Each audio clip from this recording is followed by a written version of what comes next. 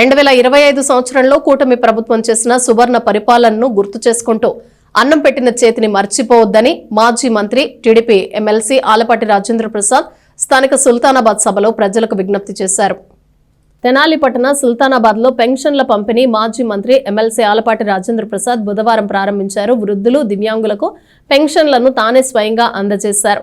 అనంతరం అక్కడే ఏర్పాటైన సభలో మాట్లాడారు. ప్రతి నెల క్రమం తప్పకుండా పెన్షన్ల పంపిణీని ఒక పండుగలా నిర్వహిస్తున్నట్లు చెప్పారు. కూటమి పార్టీల ప్రభుత్వం సంక్షేమమే పరమావధిగా పనిచేస్తోందన్నారు. సాగునీటిని అందిస్తూ పంటలకు గిట్టుబాటు ధరలు కల్పిస్తున్న రైతులను కాపాడుకుంటూ వస్తున్నామని ఆలపాటి చెప్పారు. కార్మిక చట్టాలను అమలు చేస్తూ రౌడీయిజాన్ని ఉక్కుపాదంతో అణచివేస్తున్నామని చెప్పారు. 2025 సంవత్సరంలో కూటమి ప్రభుత్వం వల్ల తమకు ఈ నష్టం జరిగిందని ఎవరు చెప్పుకోవటానికి వీలు లేకుండా సువర్ణ పరిపాలన అందిస్తున్నామని చెప్పారు. రోడ్లు లేని చోట రోడ్లు వేయిస్తున్నామని, ఇళ్లు లేని వారికి ఇళ్లు కట్టిస్తున్నామని, స్థలం లేని వారికి ఇంటి స్థలం ఇస్తున్నామని చెప్పారు. ఆరోగ్యశ్రీ కింద వైద్యం చేయిస్తున్నామని, ఆరోగ్యశ్రీ లేని వారికి సీఎంఆర్ఎఫ్ కింద ఆర్థిక సహాయం చేస్తున్నామని వివరించారు. అన్నం పెడుతున్న కూటమి ప్రభుత్వాన్ని ఆదరించాలని కోరారు. కార్యక్రమంలో టీడీపీ పట్టణ అధ్యక్షుడు మహమ్మద్ కుద్దూస్, రావి చిన్న, కోగంటి రోహిత్, కరణం వెంకటేశ్వరరావు, కేసన కోటేశ్వరరావు, జొన్నాదుల మహేష్, నల్లిపోయిన నాగేశ్వరరావు, కావూరి చంద్రమోహన్, అన్నం పిన్నారావు, కుద్రవల్లి శ్రీనివాసరావు, మహిళా నాయకులు బోయపాటి అరుణ, రమ్య, భావన, బీజేపీ నాయకులు కటారి వాసుదేవనాయుడు, మంద జనార్దన్ తదితరులు పాల్గొన్నారు. మీ బిడ్డలకి ఉద్యోగ అవకాశాలు కల్పించుకుంటూ, మీలో సాధికారత తీసుకొచ్చుకుంటూ, ఇన్ని రకాలుగా రైతుల్ని కాపాడుకుంటూ, కార్మిక చట్టాలని సక్రమంగా అమలు చేస్తూ, శాంతి భద్రతలు కాపాడుతూ, రౌడీయిజాన్ని ఉక్కుపాదంతో అణిచివేస్తూ, లేని రాష్ట్రానికి రాజధాని లేని రాష్ట్రాన్ని మళ్ళా తిరిగి రాజధానిని ఏర్పరచుకుంటూ, సాగునీరు అందించుకుంటూ, గిట్టుబాటు ధర లభించేలాగా పంటలకు కల్పించుకుంటూ,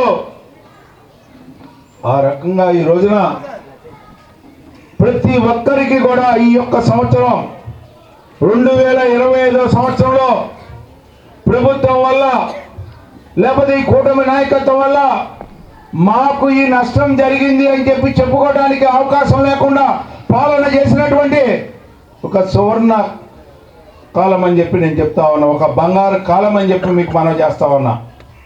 ఎప్పుడో చెప్తా ఉండేవాళ్ళు గుప్తుల కాలం స్వర్ణయుగం అని. మళ్ళా అలాంటి స్వర్ణయుగాన్ని ఈ రోజున చూస్తా ఉన్నామని చెప్పి మీకు మనవి చేసుకుంటా ఉన్నా. ఇవాళ మనకి మన ఇంటి ముందుకే వస్తూ ఉన్నారు ప్రతి ఒక్కళ్ళు కూడా. మన సమస్యలు ఏంటో తెలుసుకుంటా ఉన్నారు. వ్యక్తిగత సమస్యలు చూస్తూ ఉన్నారు. ఎక్కడ రోడ్లు పోతే అక్కడ రోడ్లు వేసుకుంటా ఉన్నాం. ఇల్లు లేని వారికి ఇల్లు కట్టిస్తూ ఉన్నాం. ఇళ్ళ స్థలాలు లేని వారికి ఇళ్ళ స్థలాలు ఇస్తూ ఉన్నాం. ఏది లేదు అని చెప్పి అనుకోవడానికి కూడా ఆస్కారం లేనటువంటి పాలన ఈ సంవత్సర కాలంలో జరిగిందా లేదా అనేది మీ అందరూ కూడా చెప్పాల్సినటువంటి బాధ్యత.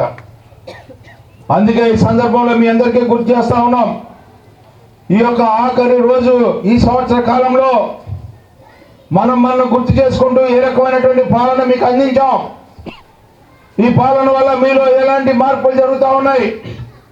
గతంలో లాగా ఒక బిడ్డకి చదువు కాకుండా అందరి బిడ్డలకి చదువు చెప్పిస్తున్నటువంటి ప్రభుత్వంగా, అంతేకాకుండా ఈ రోజున వైద్యం పేరెంట్ కానీ, ఆరోగ్యం పేరెంట్ కానీ, మంచినీటి రక్షిత మంచినీటిని అందించే విషయంలో కానీ, వైద్యం అందించే విషయంలో కానీ ఎక్కడ కూడా ఏమరపాటు లేకుండా ఆరోగ్యశ్రీ ద్వారా మీ అందరికీ వైద్యం అందేలాగా, ఒకవేళ ఆరోగ్యశ్రీ ద్వారా వైద్యం అందకపోతే ముఖ్యమంత్రి సహాయ నిధి ద్వారా కొన్ని కోట్ల రూపాయలు ఈ యొక్క తెనాలి పట్టణంలోనే ఖర్చు పెట్టిన దాఖలాలు ఉన్నాయని చెప్పి ఆ రకంగా దాదాపు 4 నుంచి 5 వేల కోట్ల రూపాయలు ఈ సంవత్సరాల కాలంలో ఖర్చు పెట్టినటువంటి ముఖ్యమంత్రి సహాయ నిధి ద్వారా ఈ రోజున ఆరోగ్యాన్ని అందుకున్నటువంటి, వైద్యాన్ని అందుకున్నటువంటి ప్రజలు మీ అందరూ కూడా అని చెప్పి మనం చేస్తా ఉన్నాం.